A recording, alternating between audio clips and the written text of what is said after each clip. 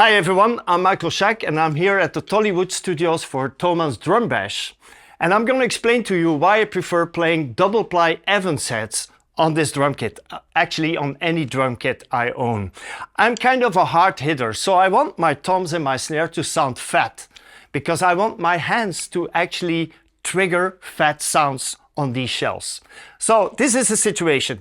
On the 10-inch I have a standard factory delivered double ply G2 Evans. On the 14-inch floor tom I have the EC2S, which is my preferred head anyway, especially for the 14-inch floor, and I mixed it with the UV2 Evans on the 16-inch floor. Now, some people might be wondering, why do you actually mix heads? Because it's a free world, we can do it. You can have a smaller shell with a G2, then the 14-inch bigger shell with the G2, but then a little bit damped, which is the EC2S. And then, of course, on the UV2, on the 16-inch, it really shines because it's a fat head, kind of a dampened sound. And on the snare, it's a standard G2, but it's also a double ply head. Now, the big advantage, of course, is then when you have a hard hitter behind the drums, like myself, these heads last for a long time. Not only for one take or two takes of a song in the studio, but for many takes. But first, let's listen, what I can do with them. And it goes something like this.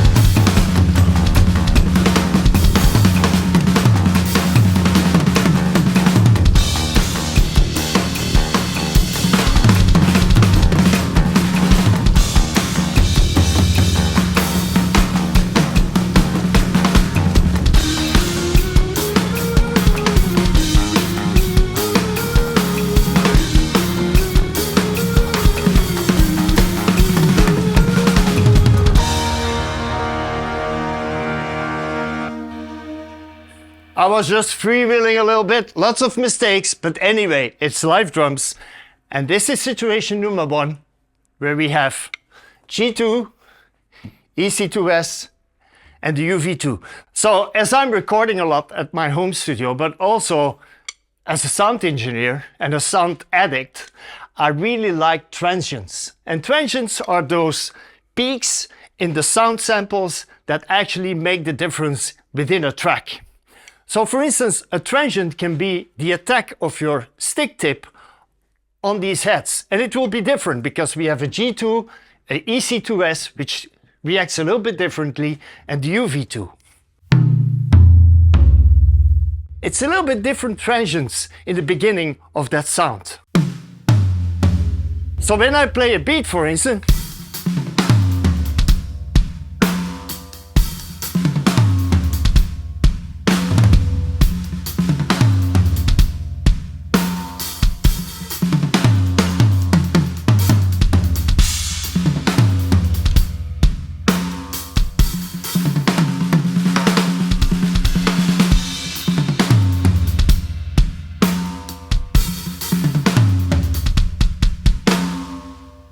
I really want the toms to breathe, but at the same time, I want the attack to be there. The attack is also very important in a PA situation, where you have a lot going on. The other bands, the guitar players, they're trying to get a girlfriend, but you, the drummer, need to keep time and at the same time have impact with your sounds. So let's do this in kind of a rock situation. So G2, EC2S, UV2, G2 on the snare, okay? It goes something like this.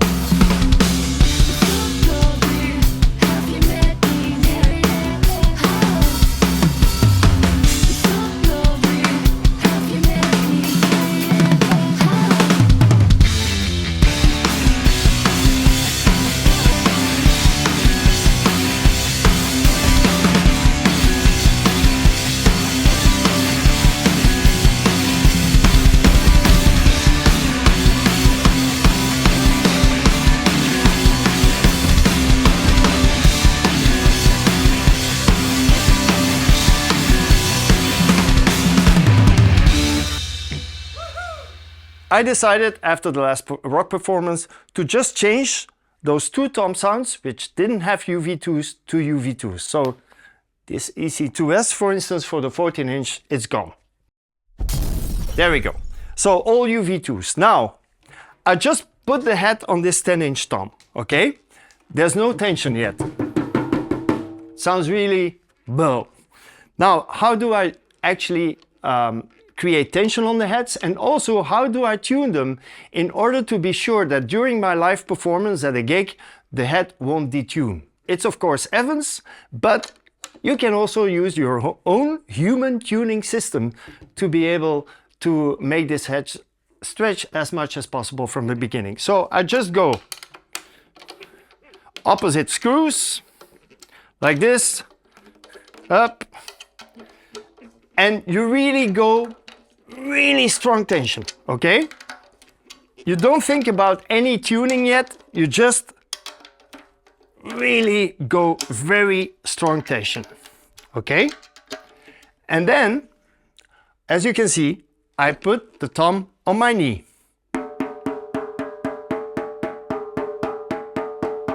Okay, this one needs to be a little bit higher. This one also. This one also. A little bit here, a little bit here. Okay. And now, this is what you can do with Evans. Okay. I just put the tom on the floor and I stand on it and make it stretch. This is like 79 kilos. It can take it, no problem. If your shell, your drum shell or your head cannot take this, well, you need to change brand and go to Thomann. Very simple. So now it's already a little bit stretched, okay? You see the tuning went down a little bit. So now I can finish my tuning to my liking on the stand. That's how I do it. And I do the same method for the 10-inch, for the 14-inch floor, for the 16-inch floor, and also for the snare. Stretch the head, make it really, really, really high tension. Stretch the head by standing on top of it, and then just finalize the tuning when playing the drums. So now I changed all the heads to UV2s. The 10-inch tom, the 14-inch floor tom, the 16-inch we already had, but also I put this incredible Starphonic snare drum, the aluminum, my favorite snare drum, with the UV2 snare head.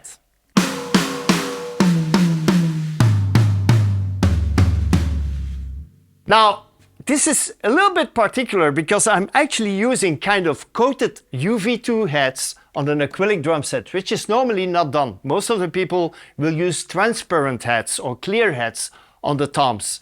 And for the snare, well, the UV2 is just a really big performer because the UV2 compared to the other Evans heads has some advantages. First of all, for a drummer like myself, a hard hitter, the durability is maximum.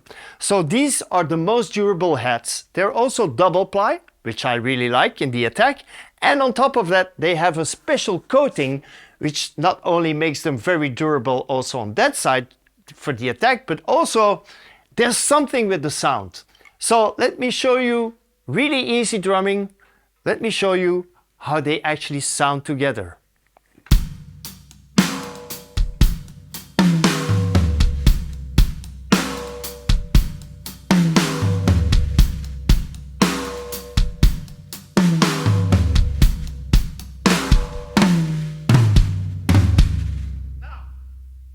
I'm using EQ pots on the two floors, you know, these things. Because when I remove them, it will be a little bit too much to make them really sound as a floor tom. I want them to be a little bit shorter in decay, okay? And it doesn't make a big difference on the floor toms, but on the smaller tom, the EQ pot is sometimes a lifesaver. For instance, without and now with. Completely gone, completely dead, completely old school kind of 70s sound.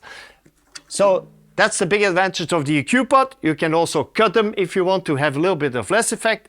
Let's use the same EQ pot on the snare. Without, now with.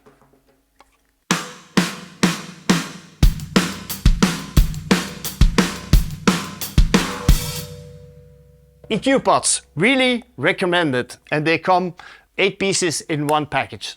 Now, let me do kind of a funk song, just no damping, no damping, little bit of EQ pot, little bit of EQ pot, all UV2s, and I'm using an EC2 clear batter head on the kick drum.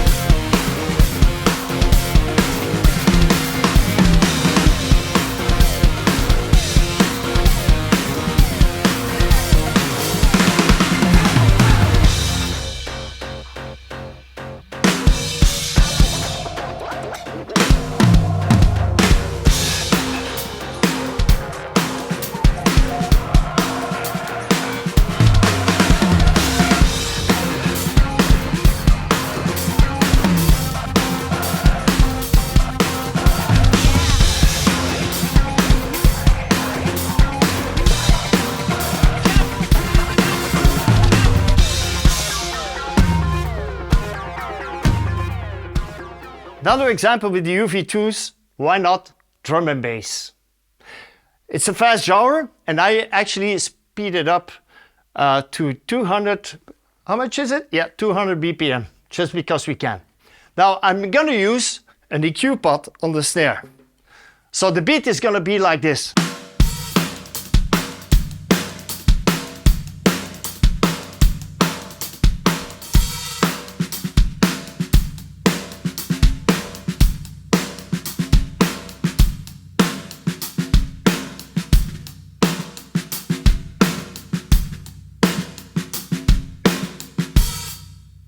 The snare is actually sounding quite short, a little bit dead, but still those ghost notes are really audible. And that's what I like about the UV2s, because sometimes when you actually dampen a clear head, also the ghost notes become less in volume. But with the UV2s, I kind of feel the ghost notes are still there.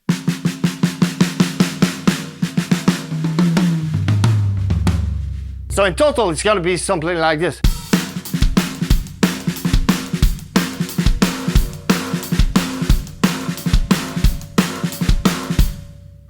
And now, with